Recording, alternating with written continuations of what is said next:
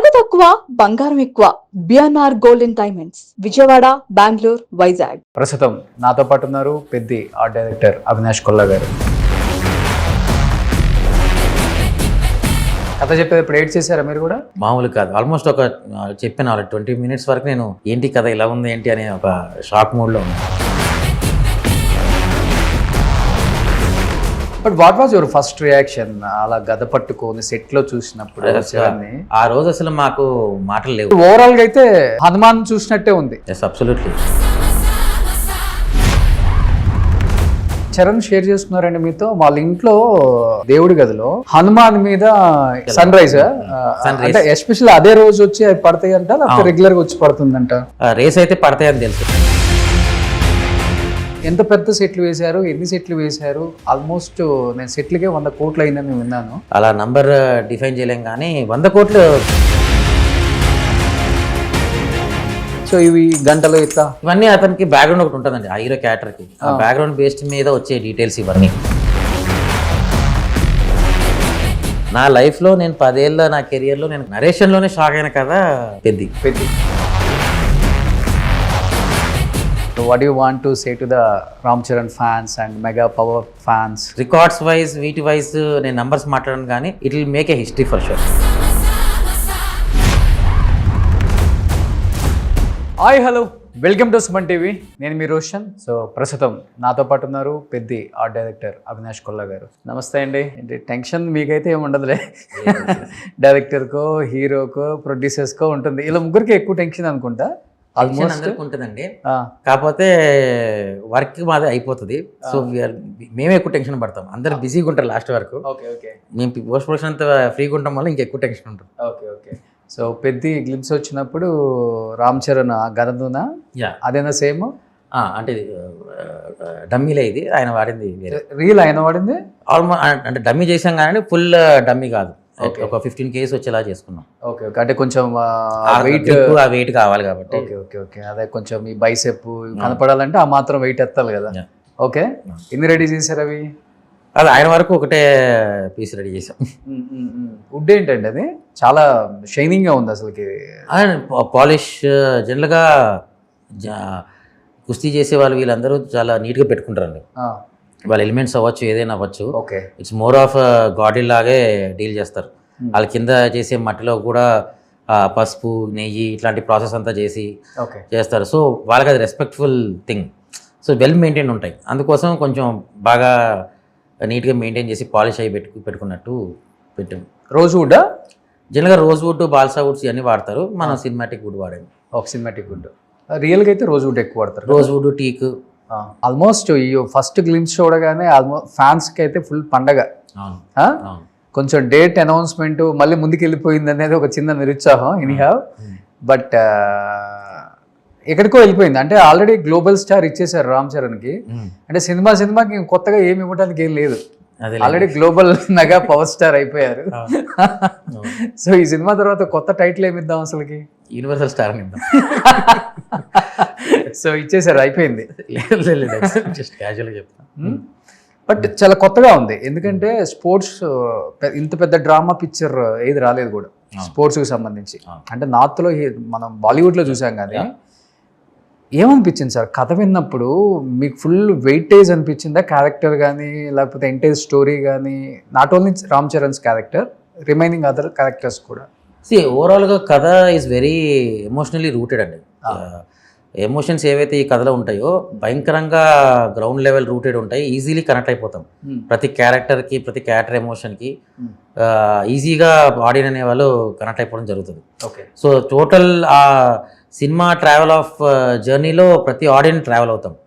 So ultimately emotional factor మాత్రం లాస్ట్కి వచ్చేసరికి అందరి కంట్లో నీళ్ళుతోనే బయటకు వస్తారనేది నేను గట్టిగా చెప్పేది. కథ చెప్పేది ఇప్పుడు ఎయిట్ చేశారా మీరు కూడా?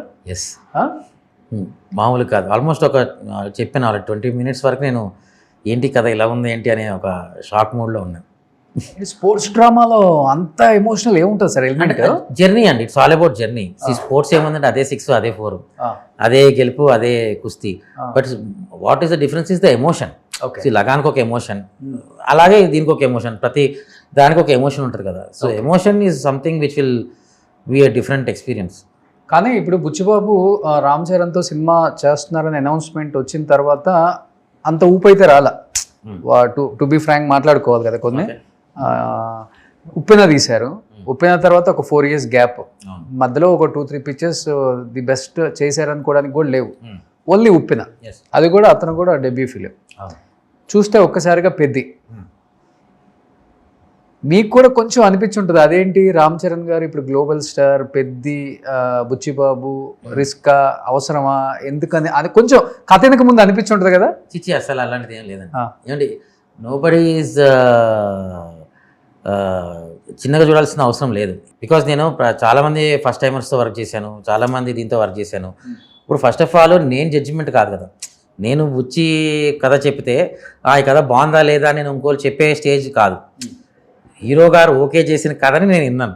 ఓకే, అంటే he has a understanding. No, ఇప్పుడు ఈ కథ మనం ఓకే చేసాము అంటే ఆయనకి ఏదో 100 ఫ్యాక్టర్లు కనిపించుంటే ఓకే చేసి ఉంటారుగా. సో మన ఎగ్జైట్మెంట్ ఎంతసేపు ఏముంటుంది, ఆయనకి ఏం కనిపించి ఆ ఎగ్జైట్మెంట్ అయింది, దాన్ని మనం ఎలా డ్రైవ్ చేయగలుగుతాం అనే ఫ్యాక్టర్లో ఆలోచిస్తాం. కానీ ఎప్పుడు కూడా వీళ్ళకి ఎందుకు ఆపర్చునిటీ వచ్చిందని ఎప్పుడు అనుకోం. మేబీ చరణ్ అడుగుంటారు అందరూ, జూనియర్ ఎన్టీఆర్ కానీ మిగతా వాళ్ళు అడుగుండొచ్చు, ఏంటి అంత ఎలిమెంట్ ఏంటి నీకు నచ్చిన ఎలిమెంట్ ఆ సినిమా యాక్సెప్ట్ చేయడానికి, ఫస్ట్ మూవీ డైరెక్టర్ కదా. కదిన తర్వాత అసలు డిస్కషన్ ఉండదండి. అసలు మీరు ఎందుకు ఓకే చేస్తారని డిస్కషన్ కాదు, ఈ ఆపర్చునిటీ నాకెందుకు రాలేదని ఫీల్ అవుతారు జనరల్గా హీరోలు. ఏ హీరోస్ అయినా, ఏ హీరో అయినా అంతలా ఉంది కథ 100%. యాక్చువల్గా అయితే బుచ్చిబాబు ఫస్ట్ సినిమా అయిపోయిన తర్వాత ఎన్టీఆర్తో ట్రావెల్ చేస్తారు, ఎన్టీఆర్తో మూవీ ఉంటుందని ఎక్స్పెక్ట్ చేశారు అందరూ.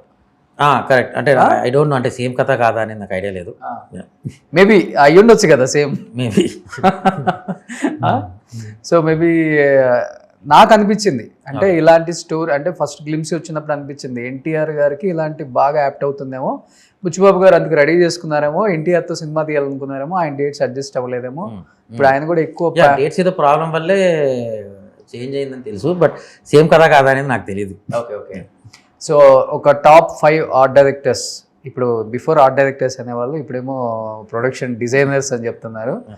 కొంచెం pan India movies, pan world movies వచ్చిన తర్వాతే ఈ ఆర్ట్ డైరెక్టర్స్ అనే వాళ్ళు కూడా కొంచెం ఇంటర్వ్యూస్ ఇస్తున్నారని చెప్పుకోవచ్చు కదా సార్. సాహో కైండ్ ఆఫ్ తర్వాత కైండ్ ఆఫ్ జనరల్గా ఏంటి సినిమా ఇండస్ట్రీ అంటే సెటిల్ వేసుకుంటారు, ఆ సెటిల్ ఎవరు అంతే అంటారు, ఎందుకు వేస్తారు, దేనికి వేస్తారు, దానికి ఒక సబ్జెక్ట్ ఉంటుంది, దానికి ఒక అండర్స్టాండింగ్ ఉంటుంది, ఇన్ని ఫ్యాక్టర్స్ ఆడియన్స్కి అప్పుడు తెలియదు. అవును, బట్ కొంచెం దసరా, మహానటి, శ్రీమంతుడు ఈ సినిమాల తర్వాత అవినాష్ కొల్ల అనేది కూడా ఎవరో తెలిసిపోయింది. సో ఓకే, మన దగ్గర కూడా విషయం ఉంది, గుర్తించారు. అది విషయమే లేదులే. సో ఆల్ అబౌట్ ఆపర్చునిటీ అని, using the right opportunity right time. ఆ విధంగా నాకు రైట్ ఆపర్చునిటీస్ పడ్డాయని నా ఫీలింగ్. బట్ ఏ సినిమా చూసి బుచ్చిబాబు ఓకే చెప్పారండి ఆర్ట్ డైరెక్టర్గా మీరే బాగుంటారు ఈ సినిమాకి? అదేనా అడగలా నేను, జనరల్గా మా ఇద్దరి మీద డిస్కషన్ రాలా మరి. బట్ కథ చెప్పిన తర్వాత మీరు స్టార్ట్ చేశారు. ఎస్, అంతే కదా. ఎస్, కథ సినిమా స్టార్ట్ కాక ముందు ఆల్మోస్ట్ 1.5 year ముందు విన్నాను నేను కథ. అంటే ఆల్మోస్ట్ ఆ టైంలో గేమ్ చేంజర్ షూట్ అవుతుంది, ఆ టైంలో విన్నాను. సో ఆ తర్వాత ఆల్మోస్ట్ మనం 1 year 4 months పైన I think we did pre production. So ఆ తర్వాత సినిమా స్టార్ట్ అయింది. ఓకే, చెప్పాలంటే టాప్ 5 ఆర్ట్ డైరెక్టర్స్ అని కొడితే ఇప్పుడు అవినాష్ కొల్ల కూడా ఉంటున్నారు. ఓకే, ఒక సాబు సిరిల్ గారు, సాహి సురేష్ గారు అనుకుంటా, రవీందర్ గారు అండ్ అవినాష్ కొల్ల, ఇంకొక ఆయన ఎవరో ఉన్నారు, అశోక్ కుమార్ గారా, ఆనంద్ గారు. ఆనంద్ గారు ఇప్పుడు బిజీ అయిపోయారు పొలిటికల్ గా. లేదు, ఇప్పుడు పవన్ కళ్యాణ్ గారి సినిమా ఆయనగా చేసింది. Okay okay. సో తర్వాత మీరు, బట్ ఒక హ్యాపీనెస్ ఉంటుంది కదా సార్, అంటే ఎంత పెద్ద స్టార్తో వర్క్ చేయటం ఒక కళలాగా, డ్రీమ్ లాగా అనిపిస్తుంటుంది. డెఫినెట్గా అండి. Movie industry is all about cultural interface and creative experiences. So ఇక్కడ ఎవరైనా వర్క్ చేస్తాడు అంటే ఎక్స్పీరియన్స్ కోసం వర్క్ చేస్తారు. Okay, creative field is never about money. So ఎప్పుడైనా సరే నువ్వు బయట నేను 20 గంటలు కష్టపడితే ఎంత వస్తుంది అని లెక్కేస్తే ఇండస్ట్రీలో 20 గంటలు కష్టపడితే ఎంత వస్తుంది అంటే it's not matched. Okay, but name and fame అయితే ఇక్కడే వస్తాయి. అది కూడా ఒక లిమిట్ వరకు మనీ అనేది. Yeah, so name and fame కోసమే ఉంటుందండి. ఎప్పుడైనా క్రియేటివ్ స్పేస్లో ఉండే ప్రతి టెక్నీషియన్ అవ్వచ్చు, any worker whoever is been coming here to join industry, maybe only because he has that creative space ఇచ్చి ఉండి నేను అక్కడ ఉండాలి అనే తప్ప డబ్బుల కోసం అయితే ఎవరు ఇండస్ట్రీకి రారు. It's more of passion thing. ఒక 2-3 days వచ్చారా కల్లోకి రామ్ చరణ్ గారు వర్క్ చేసిన తర్వాత? ఆయన ఎవ్రీడే కళ్ళకి వస్తాడులేండి. అసలు ఎలా పెద్దిలాగా వస్తారా లేకపోతే రామ్ చరణ్ లాగా వస్తాడా? లేదంటే గద పట్టుకొని అలా కనిపించినట్టు లేదు, అవన్నీ క్యారెక్టర్ డిజైన్ అప్పుడే చూసాం కాబట్టి I think we're more excited to see him on the sets. ఆ ఎక్సైట్మెంట్ వేరు ఉంటుంది. But what was your first reaction అలా గద పట్టుకొని సెట్ లో చూసినప్పుడు? ఆ రోజు అసలు మాకు మాటలు లేవు, అసలు మామూలుగా షాక్ అవ్వాల. బికాస్ సడన్గా మొత్తం బాడీ అంతా పంపప్ అయ్యి అప్పుడు దాకా వేరే character, suddenly there is a transformation cricket నుంచి కుస్తీకి. సో మీకు అది ఇమీడియట్గా కనిపిస్తుంది. మీరు క్రికెట్లో చూస్తే చాలా లీన్ బాడీ, మామూలు బాడీ ఉంటుంది. టక్కని ఇక్కడ తిప్పితే ఆల్మోస్ట్ ఒక హనుమంతుని చూసినట్టు ఫీల్ కానీ ఆ హెయిర్ స్టైల్ అవన్నీ కూడా మారు ఉంటాయి. సో అసలు చూడంగానే ఆ షాట్ ఏదైతే మీరు మొన్న టీజర్లో వచ్చిన షాట్ ఉంది కదా, దానికి సెట్లో మేము అందరం కూడా షాక్. అసలు ఏంటి ఫ్రేమ్లు ఎలా కనిపిస్తుంది అడిగినాను. సో కొంచెం పంప్ చేయాలి, ఎక్సర్సైజ్, అది వెయిట్స్ ఎత్తి మామూలుగా లేదా. ఈ డిడ్ రియలీ అసలు రియలిస్టిక్ హార్డ్ వర్క్. అది ఏది ఓవర్ నైట్ వచ్చింది ఏం కాదు. ఆల్మోస్ట్ మా 3-4 months ఎఫర్ట్ అది. అది అంత బేర్ బాడీతో ఫస్ట్ టైం కదా Ram Charan? Yeah yeah yeah almost అవును. RRR లో జూనియర్ ఎన్టీఆర్ గారు అదుపులో కనిపిస్తారు Correct, correct. టైగర్ ఫైట్ అప్పుడు.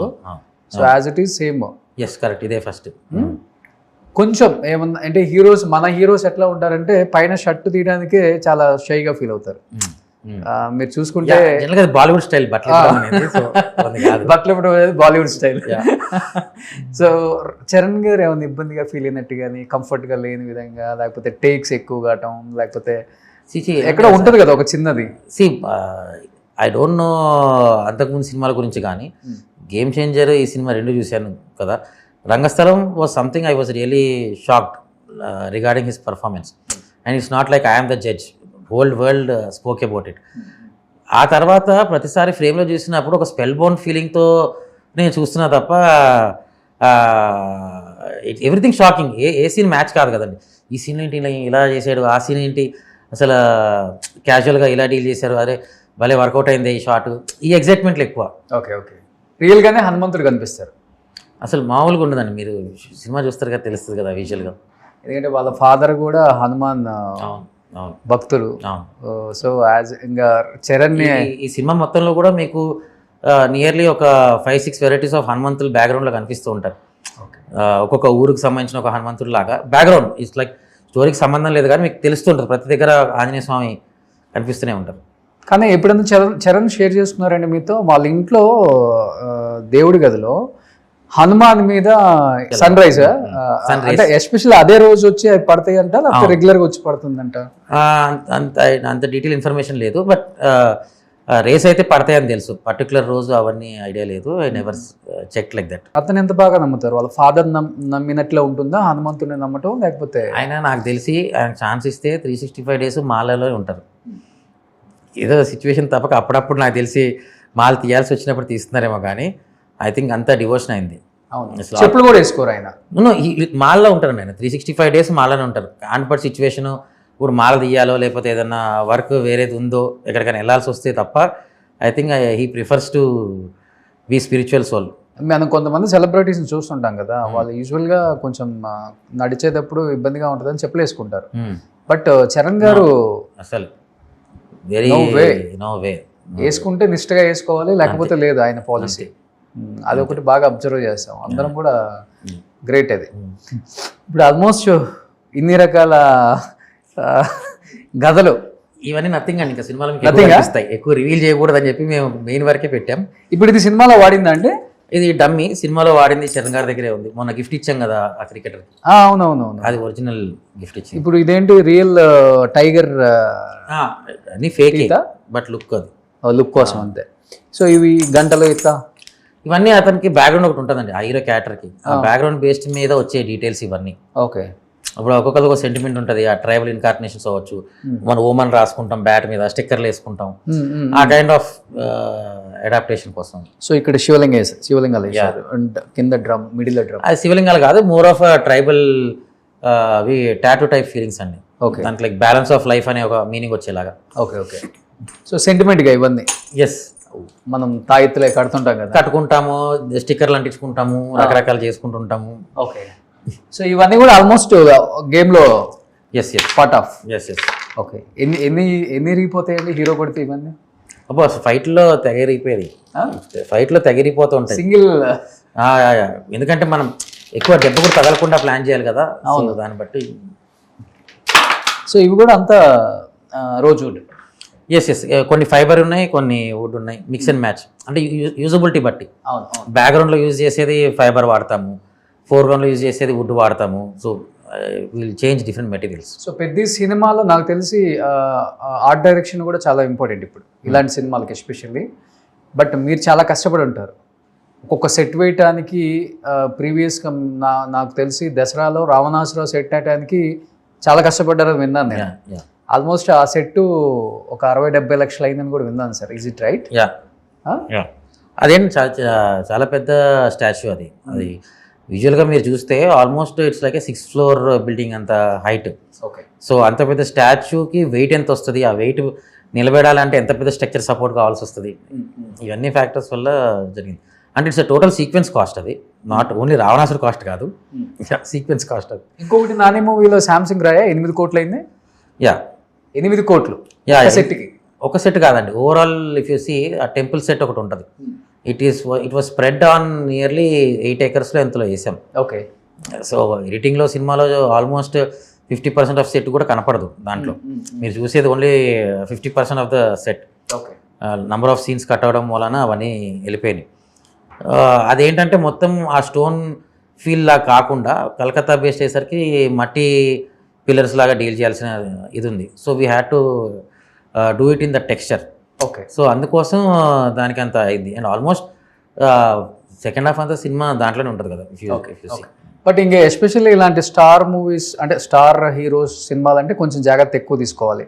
ఎక్కువ పీపుల్లోకి వెళ్ళి చేయలేరు వీళ్ళు. న్యాచురల్గా చేయటం చాలా కష్టం. ఉన్న దాంట్లోనే న్యాచురల్గా చూపించాలి. బట్ సెట్లు చాలా ఇంపార్టెంట్ కాబట్టి ఇది స్టోరీ బ్యాక్డ్రాప్లో నడిచే దాంతో పాటు సెట్లతో కూడా చాలా ఇంపార్టెంట్ కదా. సో ఎంత పెద్ద సెట్లు వేశారు, ఎన్ని సెట్లు వేశారు? ఆల్మోస్ట్ నేను సెట్లకే 100 కోట్లు అయిందని విన్నాను. 100?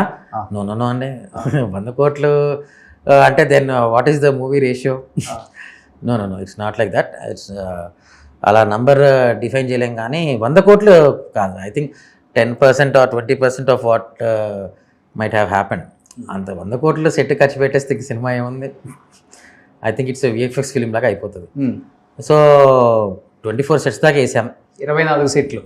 ఓకే. విజయనగరం సెట్ అనేది ఆల్మోస్ట్ విజయనగరం సెట్ కాదు, ఓన్లీ విజయనగరం స్ట్రీట్ వరకు I think we built somewhere around in 3 acres. Okay. ఆ తర్వాత మిగతావన్నీ ఇండివిజువల్ సెటప్స్లో కుస్తీశాల అవ్వచ్చు, మిగతా ఫ్యాక్టరీ ఉంది, ఇవన్నీ మ్యాక్సిమం ఐ టోల్డ్ కదా ఏదైనా ఎక్స్టీరియర్ లైవ్ లొకేషన్ ఫీల్ వచ్చేలాగే చేసాం. మనం సెట్ వేసుకుని మనకు కావాల్సినట్టు రియల్ టైం న్యాచురల్గా ఉండే ట్రీస్ అవన్నీ ఉండే దగ్గర వేసుకుని చేయడం జరిగింది. అది సెట్ అనే ఫీల్ రాకూడదు అనే దాంట్లో. అండ్ ఆ టైంలోకి అంత exterior feel was more good. అన్నీ ఒక ఫ్యాక్టరీ అనగానే రూమ్లోకి తీసుకొచ్చి ఇంటీరియర్ ఆ షాట్ల కంటే కూడా more of like open inside open కాన్సెప్ట్లో ఉండేలాగే సెట్లు ఉంటాయి. మీకు కుస్తీశాల చాలా న్యాచురల్గా ఉంటుంది, చాలా కొత్తగా ఉంటుంది. అంటే ఎట్ ద సేమ్ టైం కుస్తీ ఇవన్నీ కొన్ని సినిమాలు మనం చూస్తున్నాం, ఎక్కడో దగ్గర ఆ ఫీల్ క్యారీ అవ్వకూడదు అనే ఒక perspective. At the same time కుస్తీ అనేది ఎక్కువ శాతం మీరు చూస్తే నార్త్ సైడ్ ఎక్కువ జనరల్గా చూస్తే హనుమాన్ వ్యాయామశాల కానీ ఇవన్నీ.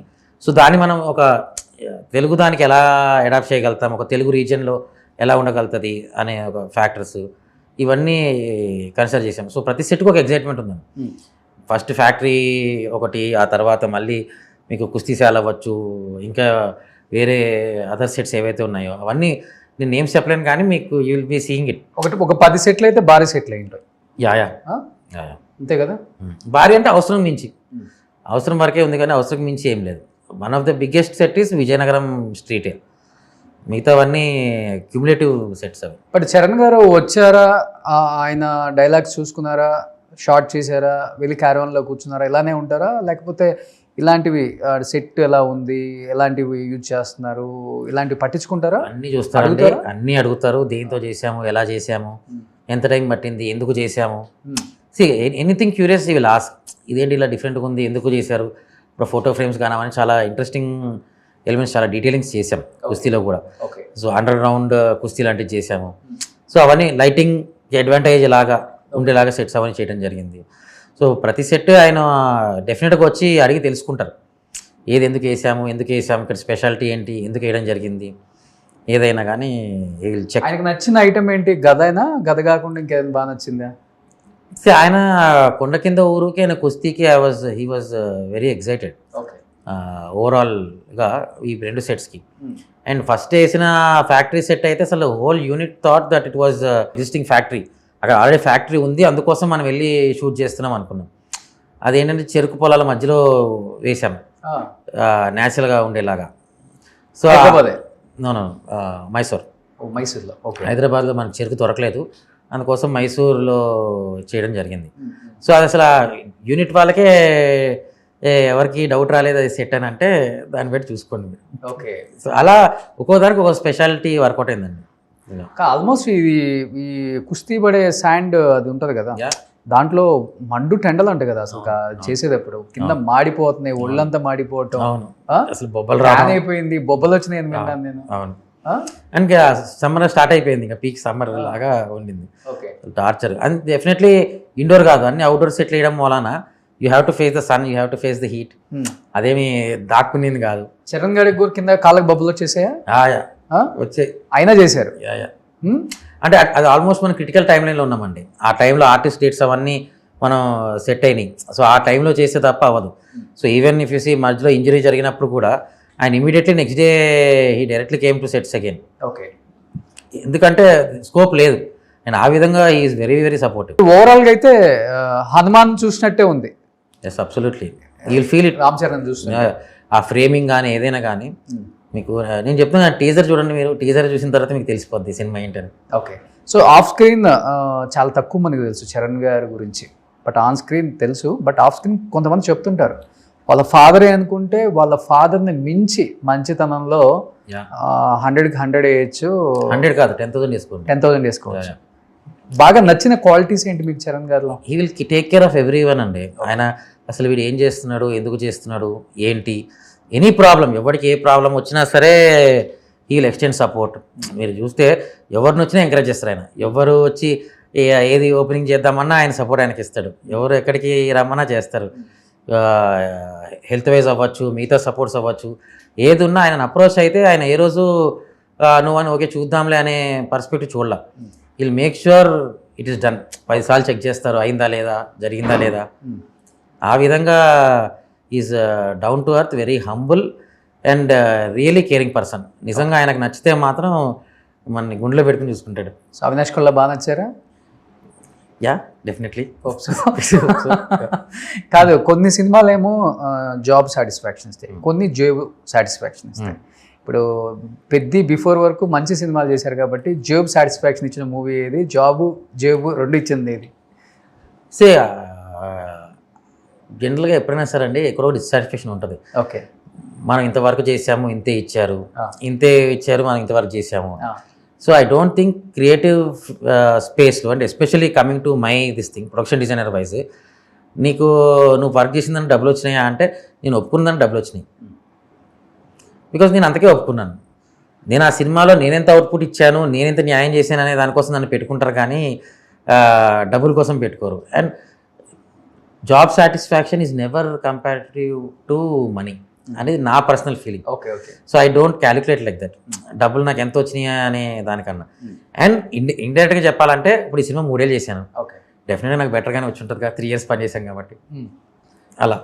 సో 3 years వేరే మూవీ ఏం యాక్సెప్ట్ చేయలేదు? చేసిన పెద్ద ఫిల్మ్స్ యాక్సెప్ట్ చేయము, ఓకే, చిన్నవి యాక్సెప్ట్ చేస్తాము, లేదా టైమ్ లైన్స్ ఇవి అయిపోద్ది కాబట్టి ఇంకోటి యాక్సెప్ట్ చేస్తాం.